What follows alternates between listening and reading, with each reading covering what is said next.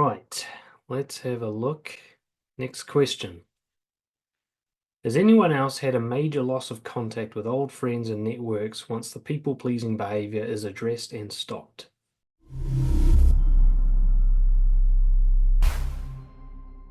Short answer, yes. There's a difficult, painful thing that my one-to-one clients go through. They usually come to me as people pleasers, 95% of the time. Then they work on their confidence, and that's one of the first behaviors to be addressed. They start winding that back, and it starts to reveal the truth about their social circle. I'm going to share an opinion that I think is fact, but I can't back it up with science, so we'll call it an opinion. I think you never create connections with people healthier than you. I think you find your match. Now, whatever insecurities and stuff you have, it doesn't mean that they'll have exactly those too. They're not going to be a mirror of you, but they're going to be doing as well as you're doing psychologically, and no better or worse. And this is why victims always find abusers. They're both equally fucked up. This is why avoidants find anxious, why people pleasers find users. We find what matches our current level of psychological health. We're attracted to what matches our level of psychological health, both romantically and platonically. And as we grow, that changes. We start to see the people in our lives differently if they're not growing too. Now, it doesn't mean that you have to have some standard where the person in your life, friend or otherwise, is perfect psychologically, because that person doesn't exist.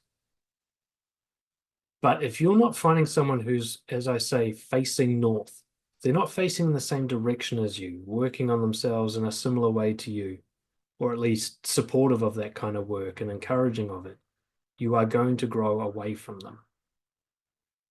And this is going to eventually create a friction.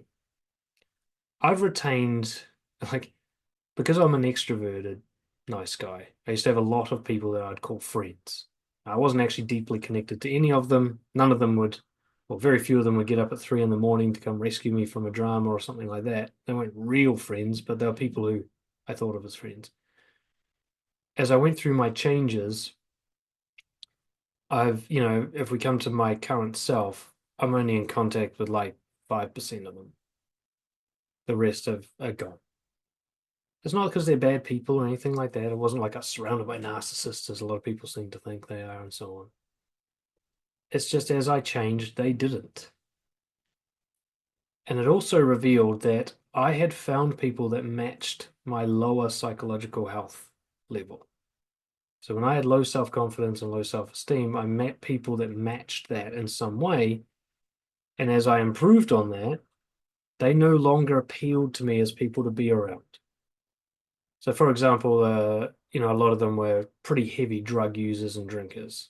They partied, they had a good time. They weren't like the creepy type, just the fun type. But they really just didn't want to sit around talking about philosophy or how to improve your life or how to start a business. They wanted to get smashed. From Thursday through to Sunday, they got smashed. And the other days, they were hungover. And I just didn't want to be around that anymore. That was not, it felt like I was trying to get out of a garden where my foot was cemented into the ground. Like I had to leave. And in my case, it was quite physical. I was living with these people and I had to leave. There's nothing wrong with those people, but they didn't want to have the kind of conversations I wanted to have. And when I started Brojo and went social dancing with Latin dancing and so on, I found people who did want to have those conversations and who didn't get smashed 5 nights a week and who were like working on themselves and reading the kind of books I was into and so on. And I realized, oh, I've found a different type of people that I'm into now. Even my physical attraction towards women changed. Girls I used to find hot suddenly looked less so to me. Sort of I started to see more like desperation or red flags and things like that I'd be more noticeable. And girls that used to intimidate me now looked like my peers. They looked like the kind of girls I should, date. They're girls that I was now attracted to confident girls who stood up for themselves, as opposed to like party freak, emotionally unstable. that I was previously attracted to, probably for that reason at a subconscious level. Nice guys love a good fixer-upper, right? Um, so it's a long-winded way of saying it is totally natural for you to outgrow the people you're with, and also to start getting very brutally honest with yourself about how healthy those people really are. Now, I don't consider my previous friends to be particularly malevolent or anything like that. Like, it wasn't healthy for me to be around them, but they weren't bad people. They had good hearts. They were generous and stuff with the people they actually felt connected to, kind of people you'd feel safe to have your kids around, that kind of thing. But a lot of the clients I work with have much worse than that going on. They have people actively bring them down, people who are actually malevolent, who have hostile intent towards them, from something as simple as being just controlling through to actually wanting to harm and isolate and destroy a person. There's a book called I think it's called Diary of a Sociopath or Confessions of a Sociopath. And it's a really interesting read by a sociopathic woman who's now done actual interviews you can watch, where she's just very upfront and shameless about being what she calls a sociopath, antisocial personality disorder. And she talks about how she likes to ruin people. That's how she puts it. She says it's delicious. Her mouth actually salivates at the thought of ruining people.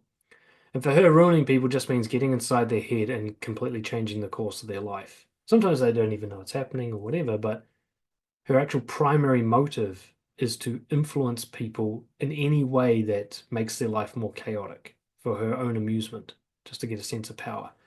There are a lot of nice guys out there who have people with this kind of intent in their lives. It could be your parents.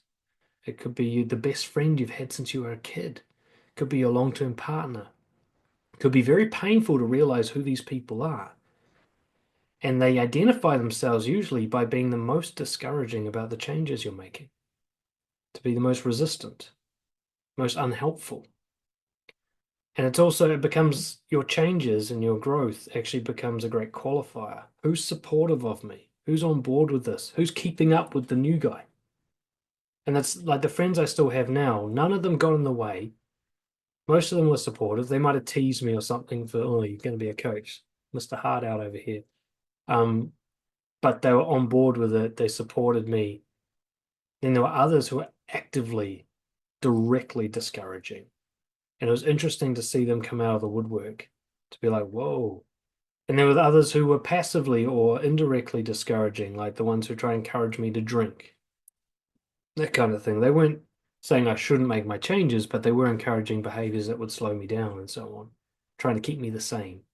Not out of malevolence, but just out of their own comfort and self-interest. But a lot of my conversations with clients, when we're into about sort of the third month or something, and the big changes are happening, is we usually have to have a pretty hard conversation about their inner circle. Often it's brutal. Like a lot of my clients no longer speak to one of their siblings, for example, or they break up with a partner they've been with for 10 years and it was actually been terrible for 9.5 years, and they're just finally seeing that the person they were when they met them is not the person who would ever choose this man or woman now. And that's another key question you can ask yourself is, if I just suddenly dropped into this life and had no obligations, if I just met this person and they were like this, would I keep seeing them? Is it just a sense of obligation, duty, and time served that keeps this person in my life? And again, you don't have to attribute malicious intent. You don't have to be like, oh, they're a bad person trying to hurt me, even though that may be the case. But just more like, the sun's set on our time together. I'm a different person now. I wouldn't choose you now, so I have to let you go. And also, specifically to nice guys, while they often talk about being afraid of rejection and abandonment, um, they're even more afraid of doing the rejecting. Right? They're even more afraid of hurting someone's feelings, being seen as the bad person, getting a reputation as someone who's selfish because they cut people out or whatever.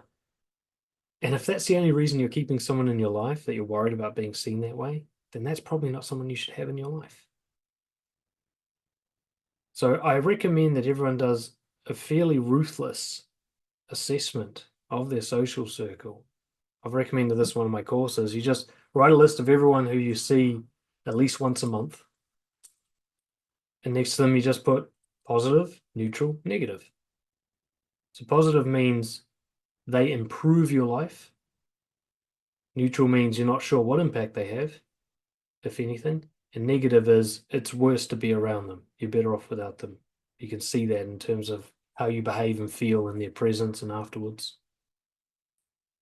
And then the confident person goes, if it ain't positive, it ain't happening. And they cut everyone. So that's my answer to that question. It's a really brutal experience. I went through a lot of grief as I realized, certain friends weren't texting me anymore and that kind of thing. I had sort of somehow pushed them away. And even more so realizing that was right for us, that it's time. There's nothing to fix here. I don't actually want to fix this. I don't want to be alone, but I don't want to fix this. And there was a bit of a valley, you might say, where I had a very small social circle, one or two friends and no one else. And I was by myself on the weekends because everyone was gone, but I hadn't replaced anybody.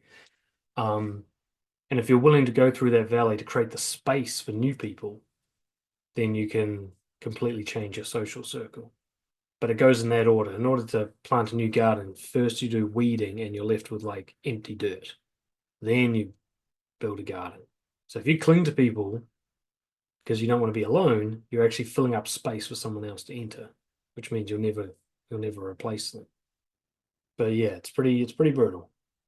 And one of the comments here, like sometimes it's even good people. And that's what I found as well. Like a lot of my friends, they were decent enough people, but just not right to be in my life with where I want to go and be and who I want to be. They were kind of unwittingly discouraging in some way or unhelpful in some way.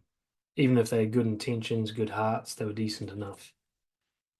Confidence is going like, I'm not going to let a person take up my time and energy just because they're decent. I'm going to bring them in because it enhances my quality of life to have a person like this in it. And I enhance theirs. Like I don't feel any guilt about being in their life. Like I feel like I'm contributing. That reciprocal value sort of thing. That's my opinion anyway. But the other thing I'll just be very brutal about is you'll never outgrow your social circle. When I say you'll never outgrow your social circle is whoever you've got around will behave as an anchor. You'll never get much better than that. So if you're trying to be really healthy physically, for example, and you're around really unhealthy people physically, you won't get very physically healthy if you're spending a lot of time with those people. They'll influence you in 1,000 invisible ways. That makes it very hard to get physically healthy. Whereas if you replace those people with like fitness fanatics, you'll get incredibly healthy very quickly. So never see yourself as isolated from your social circle or compartmentalized. Everybody you have any contact with affects your brain, and you can't prevent that from happening. So assume that whatever's around you is dragging you in that direction. So if you're around someone miserable and pessimistic, you are somehow getting more miserable and pessimistic just being around them. Even if you feel like you're fighting against it or you tell yourself you can resist it. You can't. They're just poisoning you with it. And the opposite is true. If you're around someone who's like, come on, we can do this fucking year long enough, you're going to believe in yourself more. It'll affect you. So choose your influences very carefully because you cannot choose whether they influence you. That is happening with or without your permission.